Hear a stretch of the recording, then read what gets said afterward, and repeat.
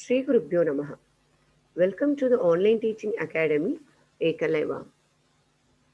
So far we are discussing about Nazism and the rise of Hitler.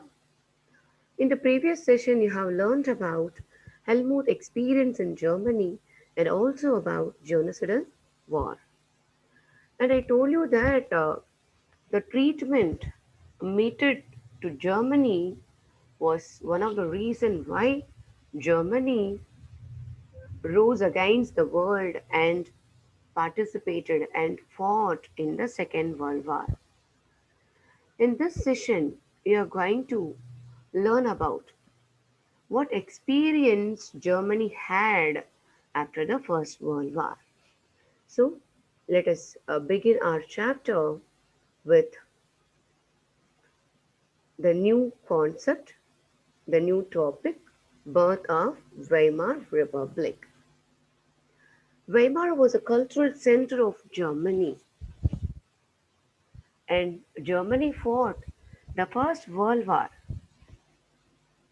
alongside the Austrian Empire against the Allies' power. Okay, so here you have to understand one thing clearly: who were the Allies and who were the Axis power. So Allies' power were known as England, France, Russia, and USA, and Axis power were called as Germany, Italy, and Japan. So here in the First World War,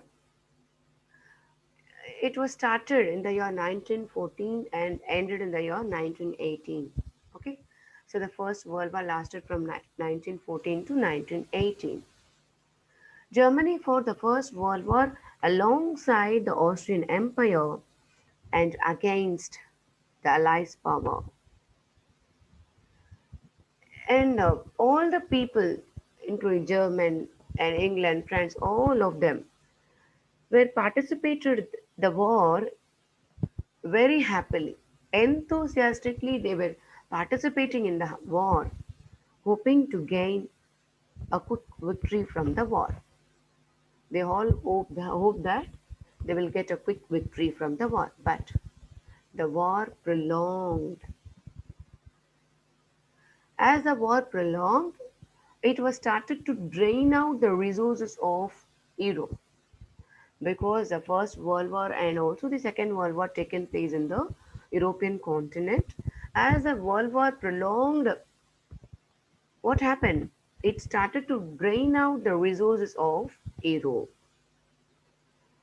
Initially, in the beginning of the First World War, Germany was able to occupy France and Belgium, but allies were joined by the US in 1917, so that allies got strengthened and it won the battle. Finally, Germans were defeated, Axis power were defeated. Okay, so that what happened? The defeat of the Germany and the abdication of emperor. So this two things, no, it gave the opportunity for the parliamentary parties to reshape the German politics. So that a national assembly was met at Weimar to develop the parliamentary structures for Germans. So listen here children, at the end of the First World War, what happened? Germany was defeated, followed by abdication of emperor. Abdication of emperor is nothing but the resignation of the emperor taken place in Germany. So followed by this two incident. So this two incident gave an opportunity to the parliamentary parties to reshape the German politics so that the National Assembly met at Weimar. Okay, so the deputies, the representatives were now elected to the German parliament on the basis of universal adult franchise. Universal adult franchise is nothing but right to vote and it gave the voting right even to the women. Okay, so the German parliament is called as Riksdag, in which everybody was asked to cast their vote equally, including women. And now we are moving on to see the peace treaty. Okay, so after the end of the war, the peace treaty was signed at Versailles with allies by Germany, and it was too harsh on German. So this treaty was considered as too harsh on Germany. So in this treaty, the Allies power passed a war guild. War guild cause is nothing but it is an introduction article of the peace treaty. So the Allies power passed the war guild in which the Germany was blamed directly by the Allies power, and they also blamed the Germany that it was responsible for the war and the damage caused to the people. So Germany was directly blamed by the Allies power that it was responsible for the First World War and also the damage caused to the people in the war. And also not only this, and also Allies powers demilitarized Germany. What is this demilitarized?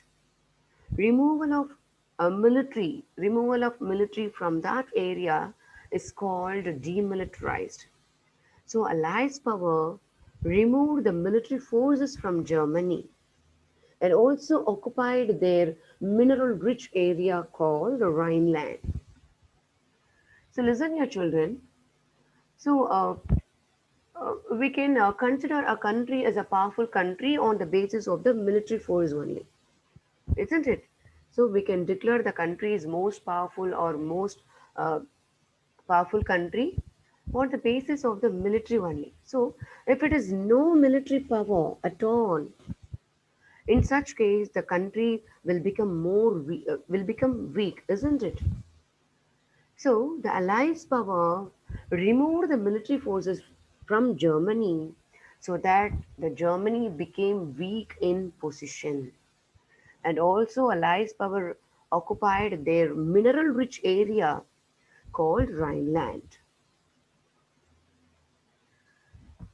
And because of this treaty, because of this peace treaty, Germany lost almost everything. It lost its overseas colonies, a tenth of its population, 13% of its territories, and 75% of its coal to France, Poland, and Denmark and Lithuania. So, all these resources were shared among the Allies' power. And also, Germany was forced to pay the compensation amounting to 6 billion pounds. So already all the resources were shared among the Allies power. And in addition, the Germany was forced to pay the compensation amount to 6 billion pounds.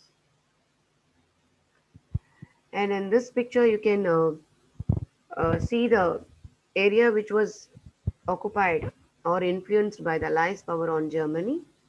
And here you can see the land taken from the Germany. So these are the shaded part which was taken from Germany.